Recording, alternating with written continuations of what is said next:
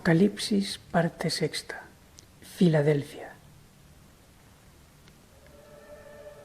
En este capítulo ya entramos de lleno en la época de la que trata principalmente el libro del Apocalipsis, el fin de los tiempos.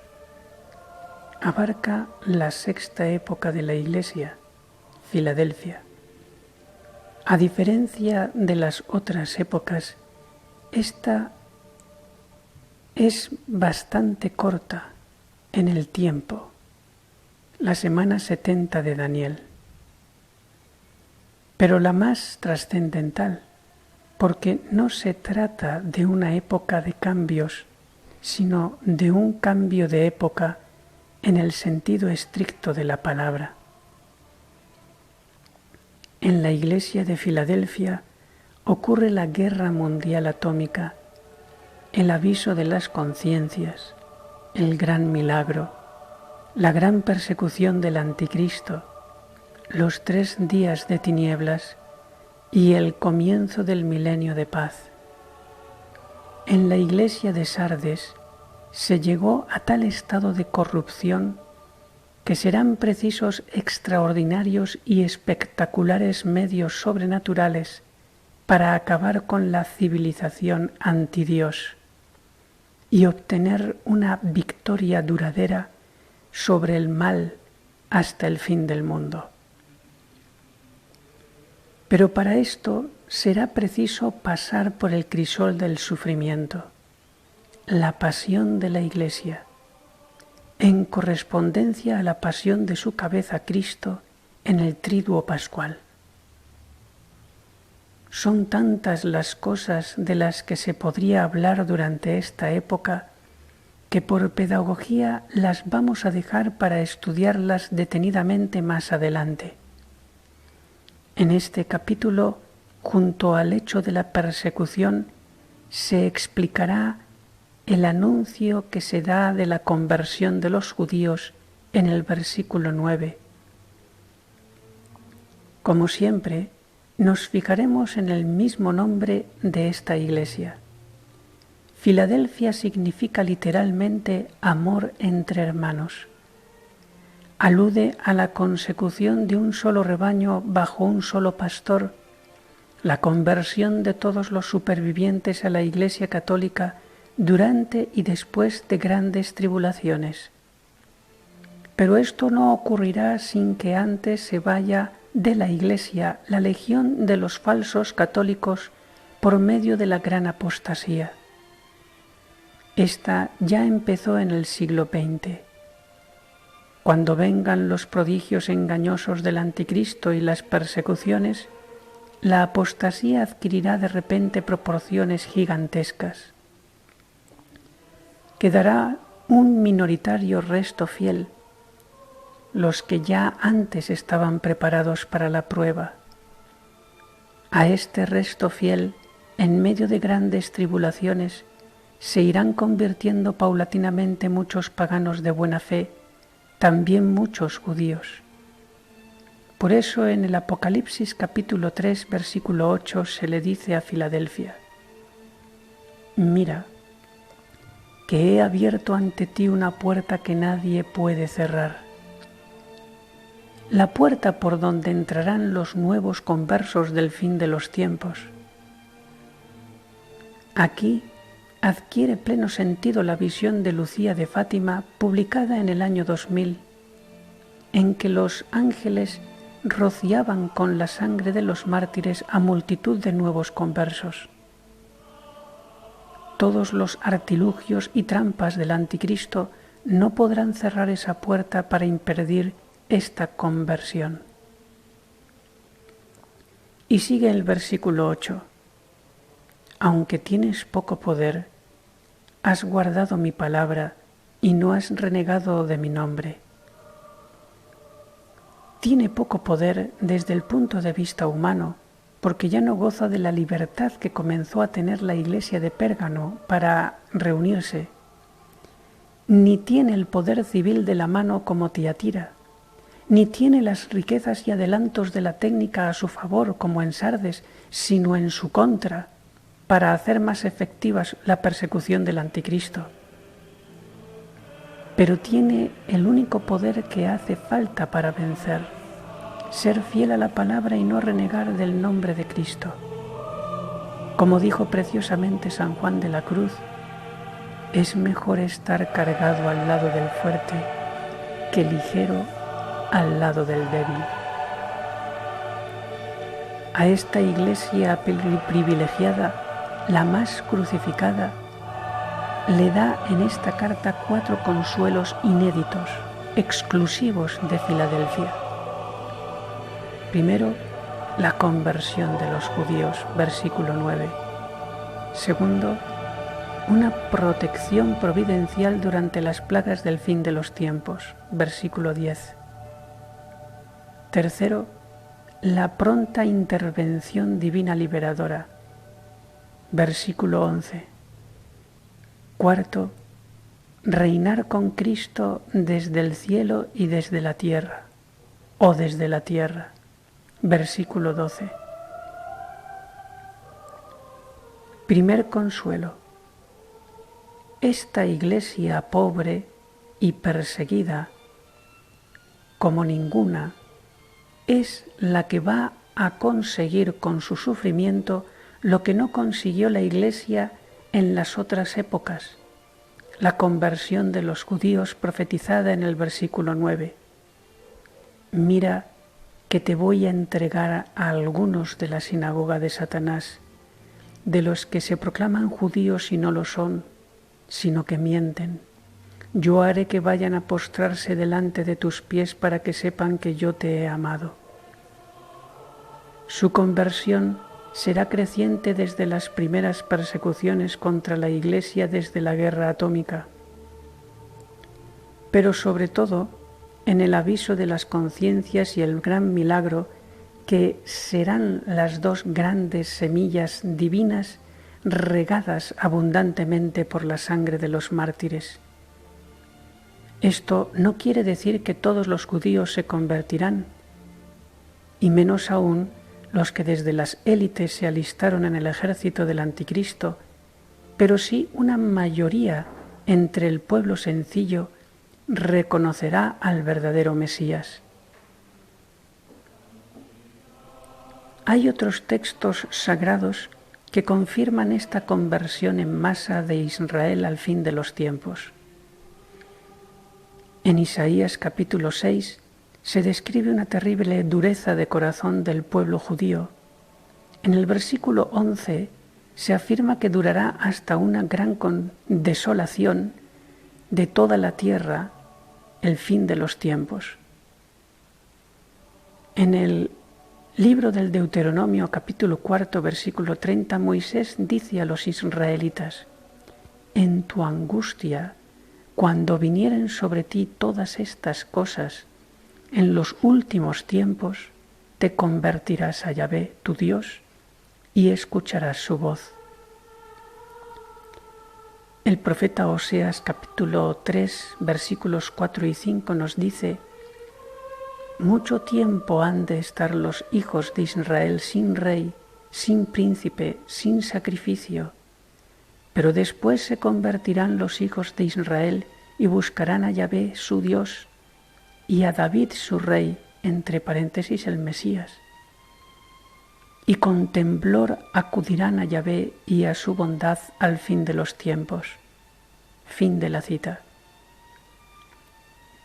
Y nos dice el profeta Daniel capítulo 12 versículo 1: entonces se alzará Miguel, el gran príncipe, el defensor de los hijos de tu pueblo, y será un tiempo de angustia, tal como no lo hubo desde que existen las naciones hasta ese día.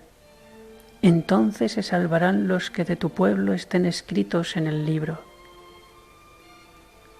El texto más claro del Nuevo Testamento está en el capítulo 11 de la carta a los Romanos, versículo 25. El endurecimiento ha venido sobre una parte de Israel hasta que la plenitud de los gentiles haya entrado. Versículo 26. Y de esta manera todo Israel será salvo. Por eso, fin de los tiempos quiere decir el fin del tiempo que se da a los gentiles para convertirse después del rechazo de Israel. Por eso llama Jesús al tiempo actual de la Iglesia en San Lucas capítulo 21-24 el tiempo de los gentiles. San Pablo en el versículo 15 insinúa que no solo se convertirán los judíos, sino que serán los principales evangelizadores del resto del mundo después de la gran persecución del Anticristo.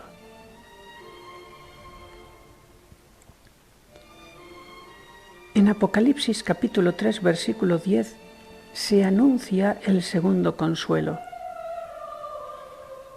Ya que has guardado mi recomendación de ser paciente, también yo te guardaré de la hora de la prueba, que va a venir sobre el mundo entero para probar a los habitantes de la tierra. Es como si dijera, ya que has permanecido fiel durante el reinado del Anticristo, te libraré de la muerte durante los 3 días de tinieblas. También serán protegidos durante los cataclismos que acompañarán al aviso, según Apocalipsis capítulo 7 versículo 3, que evoca a Ezequiel capítulo 9 versículos del 1 al 7. Los fieles, después de la guerra nuclear, son preservados de todas las plagas. Solo morirán por martirio o por muerte natural acaecida independientemente de las plagas, por ejemplo por ancianidad. Tercer consuelo. En el Apocalipsis capítulo 3 versículo 11 se les dice, vengo pronto. Jesucristo les asegura que el reinado del Anticristo será breve, aunque las apariencias presagien lo contrario. Según San Cirilo de Jerusalén, la duración del reinado del Anticristo será literalmente 3 años y medio. Jesucristo tiene varias maneras de venir, pero esta explicación, por ser larga, se verá en el próximo video. Cuarto consuelo, versículo 12. Al vencedor le pondré de columna en el santuario de mi Dios y no saldrá fuera ya más. Columna en el santuario. Los completamente vencedores en esta época, muriendo durante la gran persecución, según el capítulo 20 del Apocalipsis, entrarán con el cuerpo también en el cielo y no saldrán fuera ya más, para unirse al fin del mundo con su cuerpo, porque ya lo tendrán. Es la resurrección de las primicias del capítulo 14. Hubo también resurrección de primicias en el Viernes Santo de Jesucristo.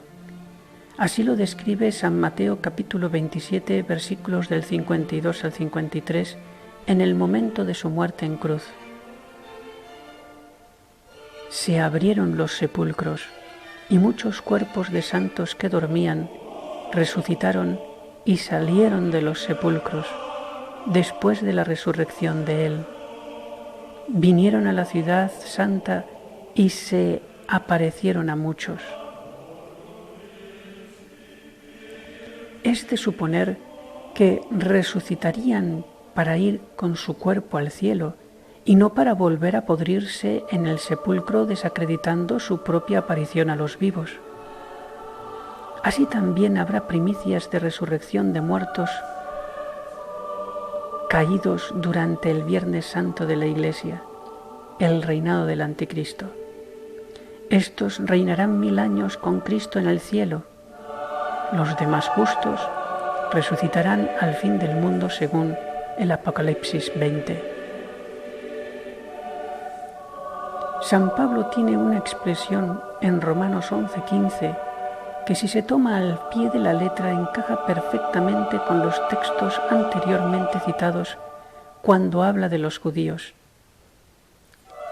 Si su reprobación ha sido la reconciliación del mundo, ¿qué será su readmisión sino una resurrección de entre los muertos? La conversión completa del pueblo judío al fin de los tiempos coincidirá con la resurrección corporal de las primicias, según también Apocalipsis 14, versículo 4. En este tema se profundizará más en otro video. Una última aclaración sobre esta época. Filadelfia no incluye el milenio entero de paz por dos razones. Primera, no se dice nada de ese periodo de paz en la carta, por lo tanto, Filadelfia abarcará como mucho hasta el comienzo del milenio. Segundo, no es lógico que abarque el milenio, ya que si fuera así, el juicio resumen de la Odisea abarcaría también el milenio y no podría ser entonces tan negativo. En el milenio se reparará superabundantemente el promedio de tibieza en las anteriores épocas de la Iglesia, de tal modo que Cristo, con su cuerpo místico, venza a Satanás también en la tierra. Iglesia de la Odisea. Es la última de las cartas a las 7 iglesias. Este nombre significa literalmente juicio de las naciones. Habla del juicio global de la Iglesia militante hasta el fin de los tiempos, desde la Iglesia de Éfeso hasta la Iglesia de Filadelfia inclusive. En este juicio no entra lo que será la Iglesia después de su gran esplendor hasta el fin del mundo, que será todo lo contrario a lo que aquí se describe, y que dará la victoria final a Cristo no solo en el cielo, sino también en la tierra. Y mucho menos se puede pensar que la Odisea se corresponda con el milenio, pues una época tan tremendamente reprendida por Jesucristo no puede coincidir con el gran triunfo esplendoroso de la Iglesia en el milenio de paz, donde, según Apocalipsis 20, Satanás estará atado y los hombres reinarán con Cristo. Apocalipsis capítulo 3, versículo 15. Comienza la descripción de la Odisea. Conozco tu conducta. No eres ni frío ni caliente. Ojalá fueras frío o caliente. Y versículo 16. Ahora bien, puesto que eres tibio y no frío ni caliente, voy a vomitarte de mi boca. Entre los que han tenido fe es frecuente el pecado mortal. El mayor porcentaje de los creyentes a lo largo de la historia de la Iglesia está aquí. Es lo típico de la tibieza, la segunda morada de Santa Teresa. La mayoría de los tibios, ante las duras pruebas, sucumben y pierden la fe. Así pasará con la Iglesia de Sardes al entrar en la gran tribulación del fin de los tiempos. Versículo 17. Tú dices, soy rico, me he enriquecido, nada me falta, y no te das cuenta de que eres un desgraciado, digno de compasión, pobre, ciego y desnudo. Durante más de la mitad de su historia, la Iglesia en general ha sido rica. Vulgarmente se ha relacionado a la Iglesia con la riqueza, sobre todo en las épocas de Tiatira y Sardes. En el versículo 18 le hace 3 reproches más concretos. Primero, que se compre oro acrisolado al fuego. Alude a la falta de caridad hacia Dios, definición de la tibieza. Segundo, que se procure vestidos blancos. Alude a la falta de castidad, el pecado que según San Alfonso María de Ligorio lleva más almas al infierno. Tercero, que adquiera colirio para recobrar la vista. Alude a la falta de celo en la enseñanza de la fe, demasiada ignorancia en los fieles por negligencia y desunión de sus pastores. Y versículo 19, yo a los que amo los reprendo y corrijo, sé pues ferviente y arrepiéntete. Las iglesias anteriores y su resumen de la Odisea explican el porqué de tantos castigos medicinales y plagas que se han acumulado al fin de los tiempos. Después quedará el resto triunfante de Filadelfia